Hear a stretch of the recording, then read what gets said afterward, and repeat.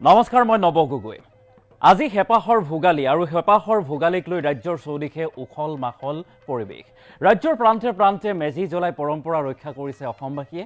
বাপতি সাহোন ভোগালীক লৈ এনেদৰে এতিয়া উলহ মালহেৰে আয়োজন কৰা হৈছে হেপাহৰ বিহুটি।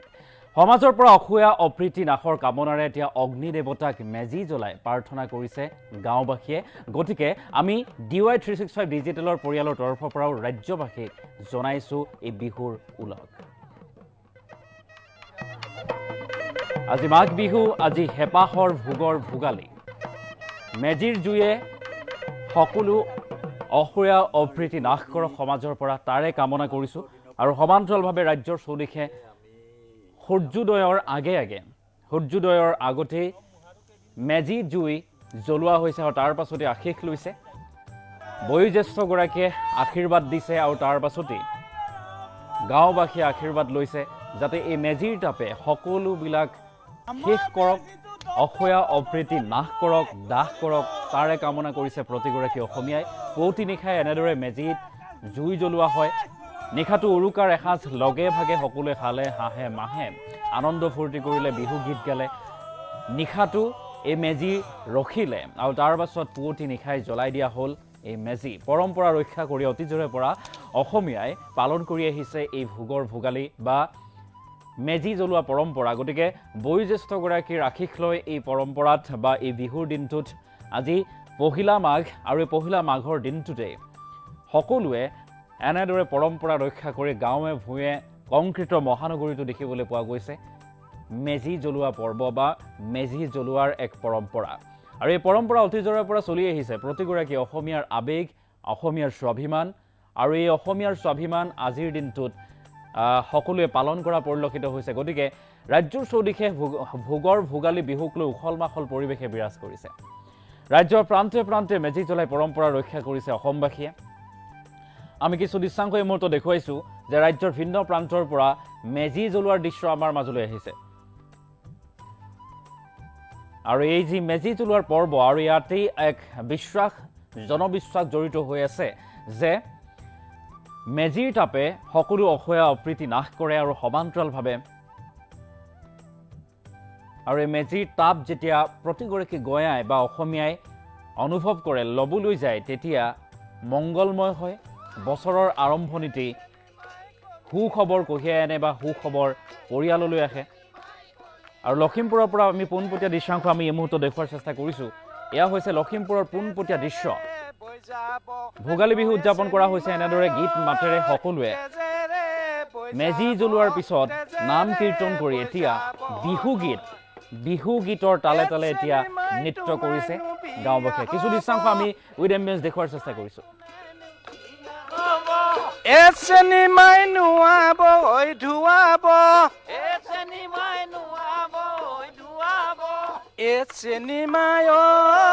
গাতে নুমা হালধি দিয়ে চেনিমায়, মাতে নুমা হালধি, গাতে নুমা হালধি। টিপ টপ দেখিলে আহো বুলি নকবা মাজনী, টিপ টপ দেখিলে আহো বুলি নকবা মাজনী। মাজনী হবনো পানী লগা কাকা চৰিয়ালৈ পানী টুকি থাকোতে মাজনী, হাতত চৰিয়ালৈ পানী টুকি থাকোতে মাজনী। মাজনী হবনো পানী লগা চেনিমাই তোমাক দিব উলিয়াই, চেনিমাই তোমাক দিব উলিয়াই, চেনিমাই মইনো কানি মিৰিঙিয়াই, চেনিমাই মইনো কানি মিৰিঙিয়াই। চেনিমাই তোমাক দিয়া বাটলৈ চাই, চেনিমাই তোমাক দিয়া বাটলৈ, তোমাক দিয়া বাটলৈ চাই। টিপ টপ দেখিলে আহো বুলি নকবা মাজনী, টিপ টপ দেখিলে আহো বুলি নকবা মাজনী। মোৰেনো পানী পৰা ঘৰ চৰিয়ালৈ পানী টুকি থাকোতে মাজনী, হাতত চৰিয়ালৈ পানীটো কি থাকোতে মাজনী ঐ হ'বনো পানী লগা জ্বৰ ঐ খাবৰ মন আছিলে ঐ বগী হাঁহ এজনী ঐ চুবাব নোৱাৰো টেং আকৌ হেৰা বিয়নী ঐ কি খাই মৰিলে বিয়নী ঐ কি খাই মৰিলে ঐ শিঙৰা জানতে ডিঙৰা পাতোতে চেপাত লাগি মৰিলে বিয়নী ঐ কি খাই মৰিলে আকৌ হেৰা বিয়নী ঐ কি খাই মৰিলে মোৰ কোনখন বাকৰ ছটাই পৰে বতে মোৰ কোনখন বাকৰ ধুৱলি কুঁৱলি মোৰ কোনখন বাকৰ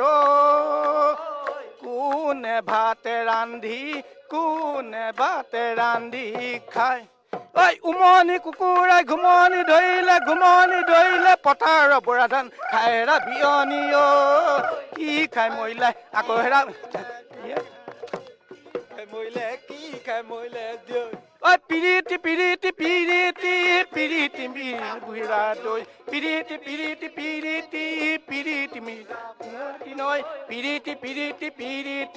উৰে জীৱন থাকিব বৈ ঐ পিৰিতি মিঠা চিৰা দৈ পিৰিতি বুঢ়া বুৱতী নৈ পিৰিতি উৰে জীৱন থাকিব বৈ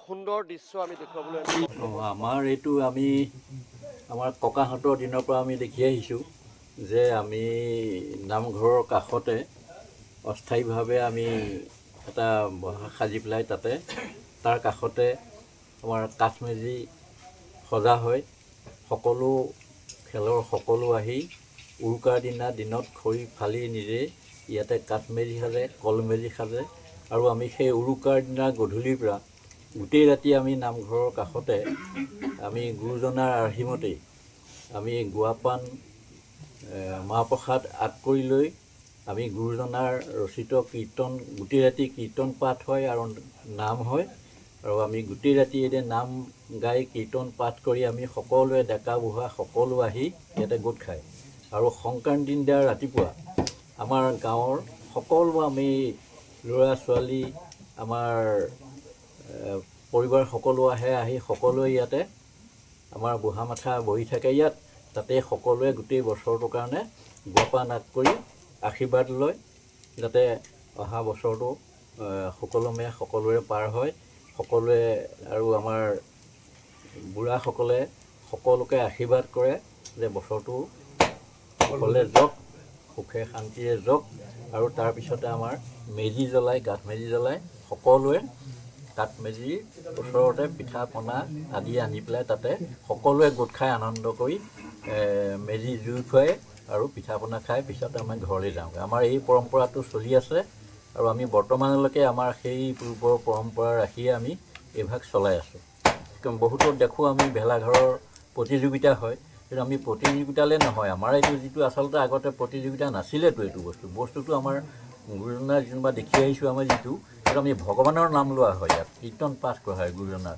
আমি এনেই মানে এটা মাংগলিক বুলি ভাবোঁ আমি এইটো সকলোৱে সেইদিনা আমাৰ ইয়াতে গোট খাই গোটেই আগন্তুক বছৰটো যাতে ভালে কুশলে যায় সকলোৱে ইয়াতে আশীৰ্বাদ লয় এইদৰে আমাৰ পৰম্পৰাটো চলি আহিছে আমি আৰু যিমান দিন থাকোঁ পৰম্পৰাটো আমি এনেকৈয়ে ৰাখিম বুলি ভাবি আছোঁ সৰ্বপ্ৰথমে মই সকলো অসমবাসী ৰাইজলৈ আপোনালোকৰ চেনেলৰ জৰিয়তে ভোগালী বিহুৰ শুভেচ্ছা জ্ঞাপন কৰিছোঁ বুৰঞ্জী প্ৰসিদ্ধ আমাৰ বৈঠাৱতী দেৱালয় এইটো পৰম্পৰা আমি সূৰ্যোদয়ৰ পূৰ্বেই প্ৰতি বছৰে মাঘৰ বিহুত মেজি প্ৰজ্বলন কৰোঁ বৰ মেজি এই প্ৰজ্বলনে আমি আশা ৰাখোঁ যে সূৰ্য জুইৰ তাপে সকলোৰে মন প্ৰাণ নতুনকৈ আহক আৰু সকলোৱে শুদ্ধ পবিত্ৰ হওক আৰু সমাজখন সুন্দৰভাৱে চলি থাকক। আমি তেনেকৈ তাকেই সূৰ্য দেৱতাৰ ওচৰত প্ৰণাম জনাই আজি এই অনুষ্ঠানটো অনুষ্ঠিত কৰিছোঁ। ইয়াৰ পূৰ্বেও আমি এইদৰে কৰি আহিছোঁ। এইবাৰ আমাৰ এই বৈঠাৱতী দেৱালয় স্থাপন হোৱাৰ 300 বছৰ পূৰ্ণ হৈছে। 300 বাৰ্ষিকী উপলক্ষে আমি কিছু বৰ্ণাঢ্য কাৰ্যসূচী এইবাৰ হাতত লৈছোঁ।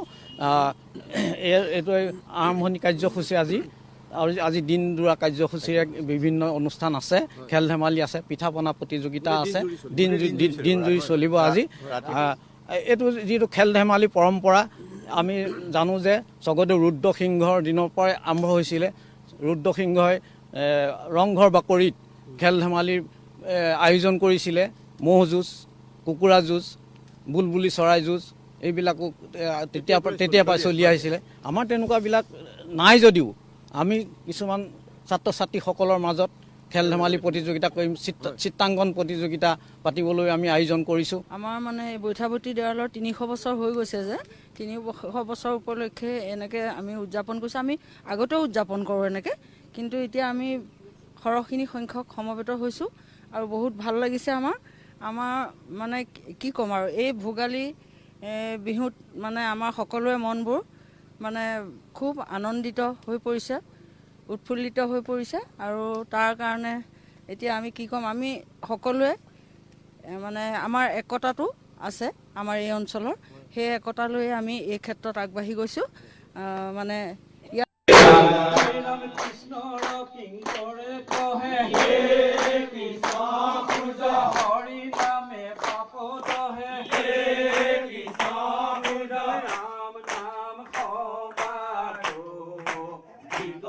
কৃষ্ণ